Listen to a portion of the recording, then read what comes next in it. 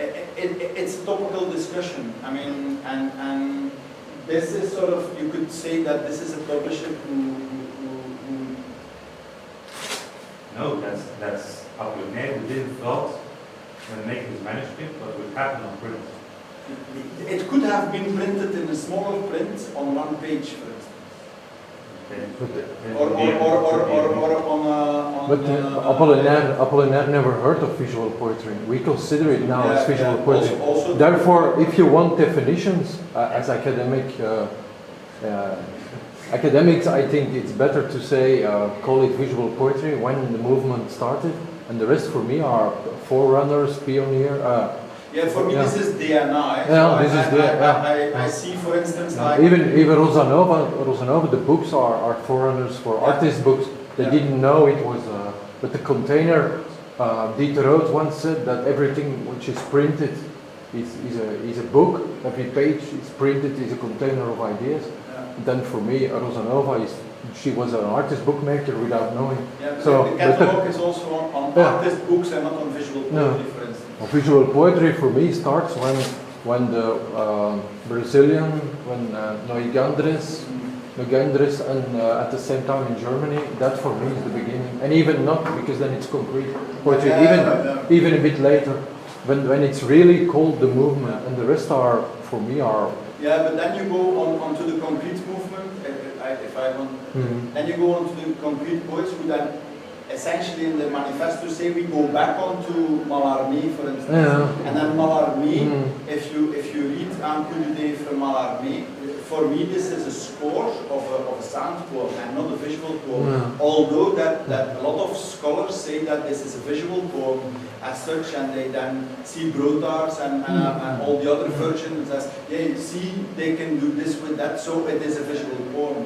Whilst I think if you would sort of read the different typographical arrangements in a different voice or a different dialect, for instance, you could make it, you could see it like that, like a high tone with bold letters very loud.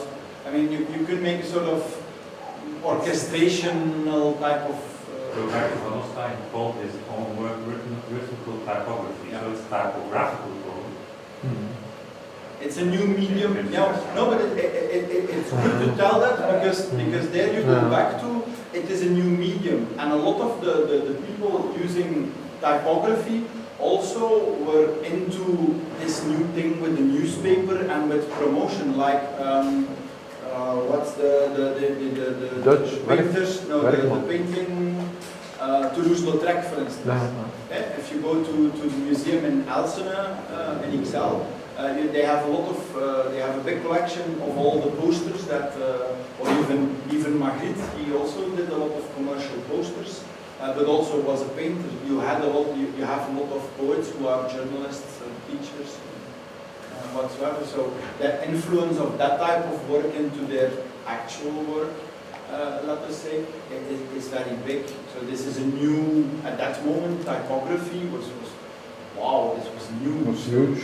Okay, like now the internet and all these code forms and stuff like that. It is a rather new form. But yeah, it is visual poetry. I mean, you can go on to like color, for instance. Color is a bearer of message. And because we know that a red light, we have red is danger. Or yellow, yellow with black inside, it's danger. It's an international convention. But some poets at this moment use this, or visual poets at this moment, or artists, use that type of convention as a basis towards the meaning that they want to give.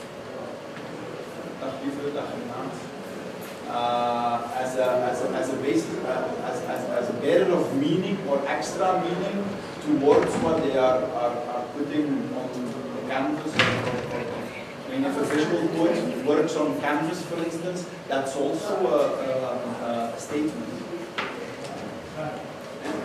Or when you use papers, or even like ACG, for instance, with his knitted words, it's also a statement.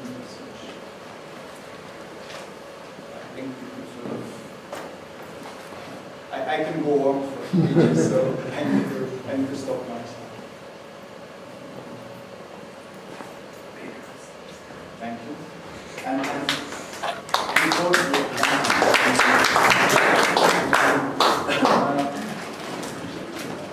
I would like to I cannot send this to Laura, but I would like to thank our two speakers.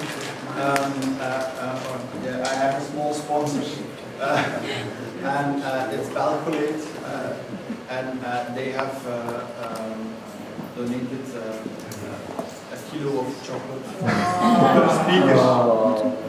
So,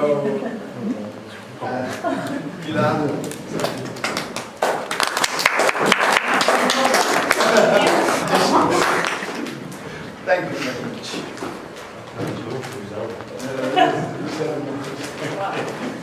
All participants within the program will receive In due course. a goodie bag. I don't know if it is.